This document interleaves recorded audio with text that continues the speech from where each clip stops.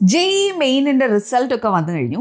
ഇനിയെങ്കിലും നിങ്ങൾ അറിഞ്ഞിരിക്കേണ്ട അല്ലെങ്കിൽ ഓർമ്മിക്കേണ്ട കുറച്ച് ടേംസ് ഉണ്ട്.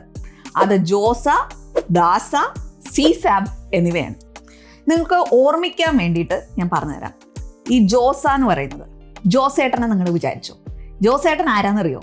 നമ്മുടെ ഇന്ത്യയിൽ ഈ പറയുന്ന IIT, NIT തുടങ്ങിയ സ്ഥാപനങ്ങളിലേക്കൊക്കെ സ്കോർ ഉപയോഗിച്ച് സീറ്റ് അലൊക്കേഷൻ നടത്തുന്ന ആ അതോറിറ്റിയാണ് ജോസേട്ടൻ.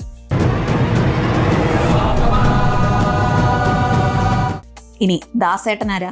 ദാസേട്ടൻ പ്രവാസിയാണ്. ഇന്ത്യയിൽ 11th and 12th പഠിച്ച കുട്ടികൾക്ക് ദാസേട്ടനുമായിട്ട് യാതൊരു ബന്ധവും വേണ്ട. ദാസേട്ടൻ പക്ഷെ പ്രവാസികൾ അറിയണം. ദാസ എന്നാൽ direct admission of students abroad. ഈ ദാസ എന്ന സ്കീമിലൂടെ നിങ്ങൾക്ക് IIT കയറാൻ പറ്റില്ല, പക്ഷേ NIT ഉൾപ്പെടെയുള്ള കുറേ അധികം സ്ഥാപനങ്ങളിലേക്ക് ഒരു സ്പെഷ്യൽ എൻട്രി നിങ്ങൾക്ക് സാധ്യമാകുന്ന സ്കീമിനെയാണ് ദാസ എന്ന് പറയുന്നത്. എന്നാൽ അവിടെ നിങ്ങൾ കൊടുക്കേണ്ടത് സ്കോർ എന്ന് പറയുന്നത് JEE മെയിനിന്റെ സ്കോറാണ്. ഇനി CSAB ആണ് കേട്ടോ.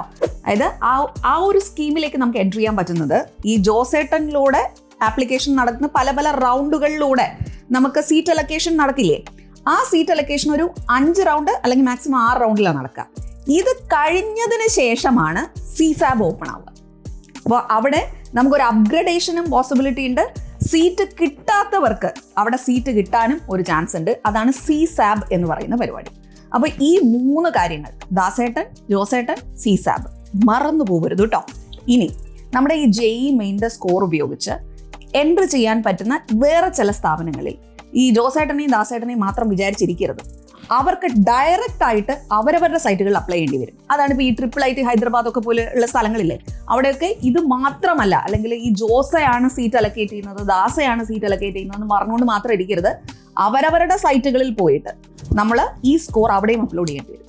ഇതൊക്കെ ഒന്ന് ശ്രദ്ധിച്ചോണേ. Keep going. Happy learning.